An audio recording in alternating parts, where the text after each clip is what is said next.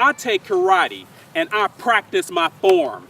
I am not afraid of bullies, and I don't care how big they are.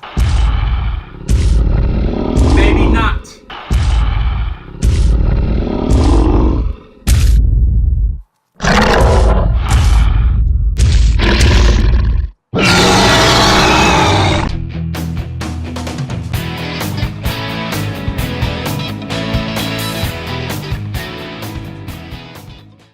I was 10 years old when the first Karate Kid came out, and it was interesting to watch the 2010 remake. It starred Jackie Chan, Taraji Henson, and Jaden Smith, who played Dre Parker, this Karate Kid. We all like a good story about overcoming bullies. Gonna do something? I just want to go home. This is home.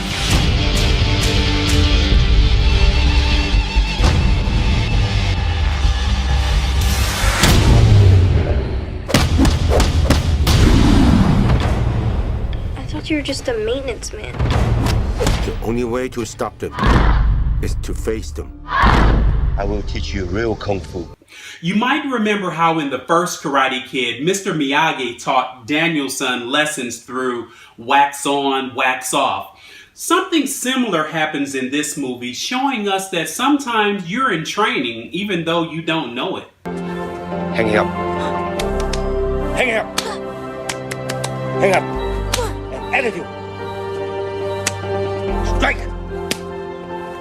Hang up and attitude. Harder. Harder.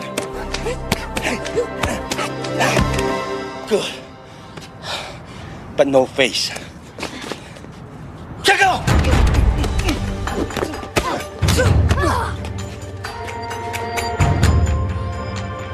Now, this story about a boy overcoming a bully reminds me of David going up against Goliath in the Bible.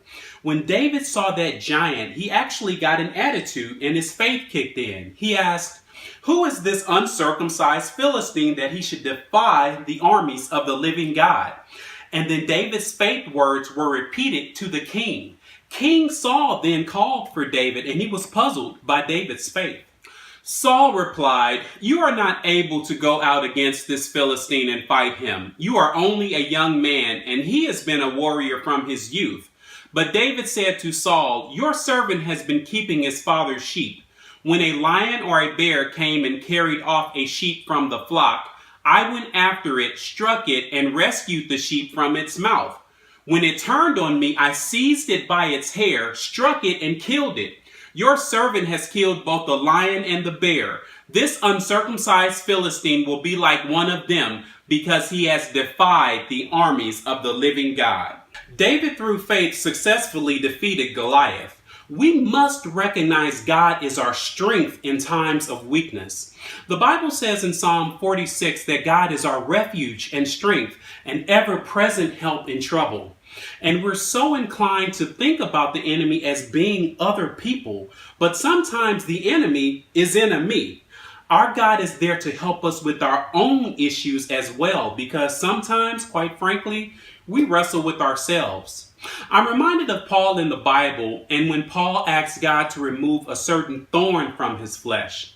Take a look at this passage. 3 times I pleaded with the Lord to take it away from me, but he said to me, "My grace is sufficient for you, for my power is made perfect in weakness. Therefore, I will boast all the more gladly about my weaknesses, so that Christ's power may rest on me."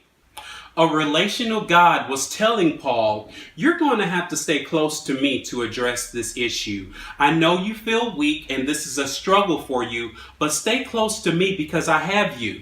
I have the strength you need, and I'm strong enough for any situation you're facing." It's important for us to be honest with God regarding our issues. He knows it anyway. Why are we going to lie to God? We need to start from a place of honesty regarding our issues. And no matter how weak we feel, we need to get in a habit of spending time with God and rely on Him to be the source of our strength. Take a look at this passage from Isaiah. "Fear thou not, for I am with thee. Be not dismayed, for I am thy God. I will strengthen thee. Yea, I will help thee. Yea, I will hold thee up with the right hand of my righteousness. That's all for today. Remember that God is bigger than any situation you are facing right now, no matter who the bully is or if it's something you're battling in your flesh. We serve an all-powerful God who fights for us, and He is a healer. Pray and invite Him into your situation, and if you haven't already, invite Him into your heart. Activate your faith and remember that He is able to do exceeding abundantly, above and beyond all we can think or imagine, according to the power that works in us. We get our power from Him. Thank you for watching.